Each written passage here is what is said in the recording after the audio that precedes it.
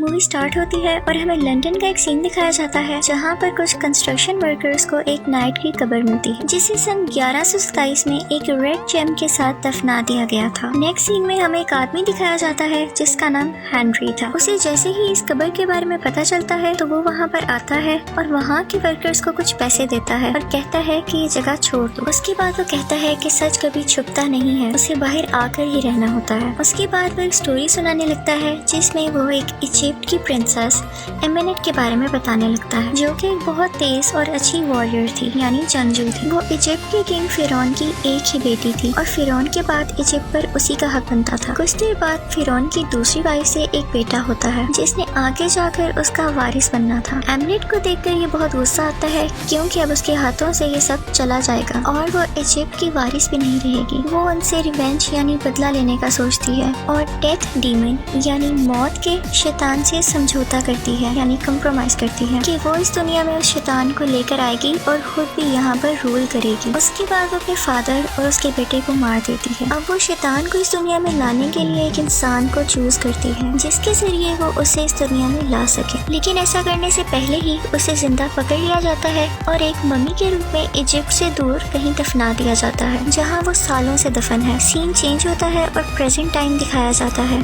जहाँ इराक में दो ऑफिसर्स निक और क्रिस टेररिस्ट पर अटैक कर रहे होते हैं। टेररिस्ट भी उन्हें मारने की लातादाद यानी काउंटलेस कोशिशें करते हैं लेकिन वो किसी तरह अपनी जान बचाकर वहाँ से भाग जाते हैं। उसके बाद वो लोग देखते हैं कि बॉम्बिंग से जहाँ वो गिरे थे वहाँ पर एक मकबरा बन गया है और जमीन के नीचे है। निक वहाँ जा ही रहा होता है कि उनका सीनियर ऑफिसर आता है और उन्हें वहाँ जाने से रोकता है। दोनों में खूब बहस होती है और तभी वहाँ पर जेनिफर यानी जेनी आ जाती है जो कि आर्कियोलॉजिस्ट है और वो निक को स्लैप करती है कि तुम हिस्ट्री के साथ क्यों खेल रहे हो। फिर सीनियर ऑफिसर से इजाजत लेकर वो तीनों उस केव के अंदर जाते हैं यानी वो अंडरग्राउंड जगह जो उन्होंने डिस्कवर की थी। वो देखते हैं कि वहाँ हर तरफ भरा हुआ पारा है यानी मरकरी है जो किसी को भी उसके अंदर जाने से रोक रहा था।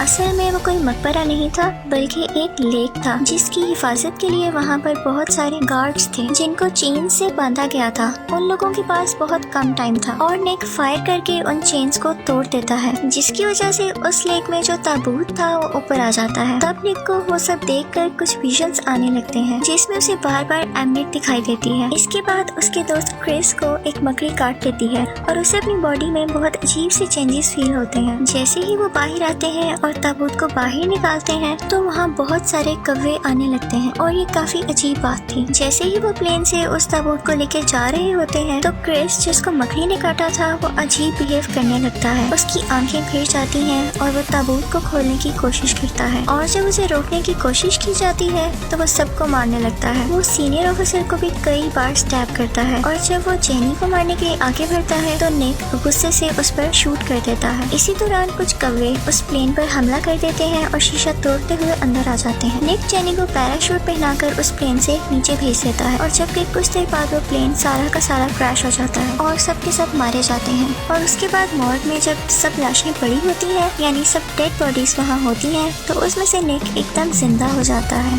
जैसे ही वो सेंसेस में आता है तो उसके सामने उसका मरा हुआ दोस्त आ जाता है। वो उसे बताता है कि एमेनेट तुम्हें यूज कर रही है और तुम्हारे जरिए वो मौत के शैतान को इस दुनिया में लाना चाहती है। सीन चेंज होता है और हमें दिखाया जाता है कि एमेनेट ताबूत से बाहर आ चुकी है और वहाँ पर सब लोगों को मारकर खुद को ताकतवर और पावरफुल कर रही होती है ताकि वो पहले जैसी बन सके। उसके बाद निक जेनी से मिलता है। वो उससे पूछती है कि प्लेन क्रैश होने के बाद तुम जिंदा कैसे बच गए, इवन उसकी बॉडी पर कोई निशान भी नहीं है। वो उसे फर्दर बताती है कि वो एक आर्कियोलॉजिस्ट ग्रुप के लिए काम करती है जहाँ उसे पता चला था कि किसी प्रिंसेस के नाम को हिस्ट्री से हटा दिया गया था और अब वो किसी खंजर को ढूंढ रहे हैं जो शैतान का है और उस पर एक रेड जेम भी लगा हुआ है। यहाँ पर बताया जाता है कि वो खंजर और रेड जेम उस शैतान को ताकत देते हैं। ये सब उसी नाइट की किताब में से मिला था जिसको दफना दिया गया था उसी रेड जेम के साथ क्योंकि उसने वो रेड जेम चोरी किया था। वो कहती है कि कुछ ही टाइम पहले उसकी कब्र लंदन में पाई गई है तो वो रेड जेम भी वहाँ पर जरूर मौजूद होगा। वो बताती है कि ये मकबरा एमेनेट तक लेकर जाता है जो इजिप्ट की प्रिंसेस थी। वो बताती है कि उसने क्यों अपने फादर और उसके बेटे को कत्ल किया था। वो भी सब कुछ बता ही रही होती है कि निक का फ्रेंड क्रिस उसे बुलाता है। वो उसे बताता है कि वो दोनों इमॉर्टल हैं, यानी वो जिंदा ही रहेंगे हमेशा, और तुम इसीलिए प्लेन क्रैश में बच गए हो और तुम्हें इसी के मुताबिक चलना होगा वरना अच्छा नहीं होगा। इसके बाद जेनी को अपने सीनियर की कॉल आती है। वो कहता है कि निक को अपने साथ लेकर यहाँ आओ। जेनी निक को अपने साथ चलने के लिए कहती है, लेकिन निक कहता है कि हमें पहले उस ताबूत के पास जाना चाहिए। वो लोग उस ताबूत के पास जा रहे होते हैं कि देखते हैं कि एमनेट काफी लोगों को मारकर खुद पावरफुल हो रही होती है और वो निक पर अटैक करने लगती है। लेकिन जैसे ही वो उसे खंजर से मारने लगती है तो देखती है कि खंजर के ऊपर लगा रेड जेम मिसिंग है।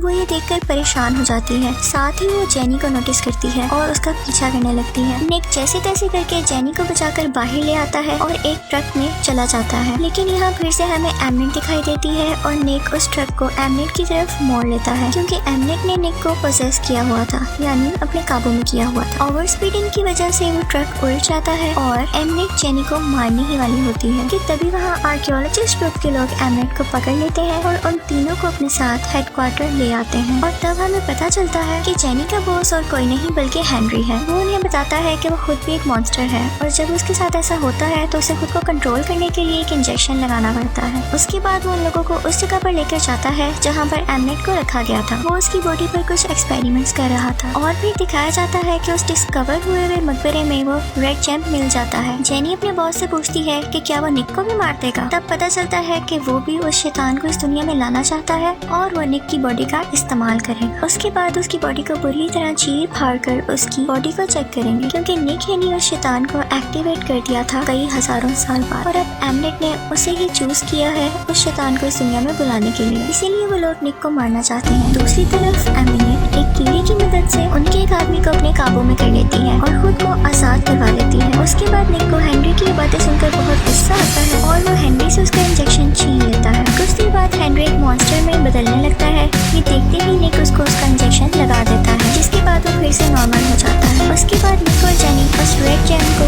डिस्ट्रॉय करने के लिए जाते हैं। एमिनेट भी पूरी तरह आजाद हो चुकी होती है और वो इजिप्ट की रेड को बुलाती है और ऑर्डर देती है कि वो किसी भी तरह निक को ढूंढ कर लाए। उसके बाद लंदन में एक बहुत बड़ा तूफान आ जाता है और निक और जेनी किसी तरह अपनी जान बचाते हुए एक अंडरग्राउंड टनल में चले जाते हैं। उसके बाद एमिनेट उस जगह पर जाती है जहाँ पर उनको वो मकबरा मिला था। वहाँ वो सारे मुर्दा लोगों को जिंदा कर देती है। वहाँ वो सभी गार्ड्स को मारकर उस रेड जेम को हासिल कर लेती है और दूसरी तरफ टनल में निक और जेनी के पीछे वो मुर्दा लोग लग जाते हैं और दीवार तोड़कर उन दोनों को पानी में धक्का दे देते हैं। कुछ ही देर में एमिनेट जेनी को पानी के अंदर से खींच लेती है और वो बेहोश हो जाती है। निक किसी तरह उसे बचाकर पानी से बाहर ले आता है और वहाँ से एमिनेट के लोग पकड़ लेते हैं। एमिनेट निक को मारने के लिए वो खंजर लेकर उसके पास जाती है और दोनों में बहुत लड़ाई होती है। निक दूर जाकर गिरता है और फिर एमिनेट देखती है कि वो खंजर निक के पास है। निक उस जेम को तोड़ने ही वाला होता है तो एमिनेट उसे रोक देती है और रिक्वेस्ट करती है कि ऐसा मत करो, इसकी वजह से तुम हमेशा जिंदा रहने वाले गॉड बन सकते हो और तुम्हारे पास दुनिया की हर ताकत होगी और तुम दुनिया पर रूल करोगे, इसलिए ये तुम मुझे दे दो। निक अचानक से उस खंजर से अपने आप को मार लेता है और एमिनेट परेशान हो जाती है और फिर निक के अंदर उस डेथ डीमन यानी मौत के शैतान की सारी क्वालिटीज आ जाती हैं और पावर्स भी आ जाती हैं और वो निक पर अपना कब्जा कर लेता है। लेकिन जैसे ही निक की नजर जेनी पर पड़ती है उसे कुछ मेमोरीज आने लगती हैं और वो फिर से खुद पर अपना कंट्रोल पा लेता है और वो फिर खुद पे कंट्रोल करके एमिनेट को मार देता है और जेनी को ठीक करने में कामयाब हो जाता है और जेनी होश में आ जाती है। सीन चेंज होता है और दिखाते हैं कि अब वो इजिप्ट चला गया है और उसने अपने मरे हुए दोस्त क्रिस को भी फिर से जिंदा कर दिया है और अब वो नए रास्ते की तलाश में था। इसी के साथ मूवी खत्म हो जाती है। I hope you liked it. Thank you.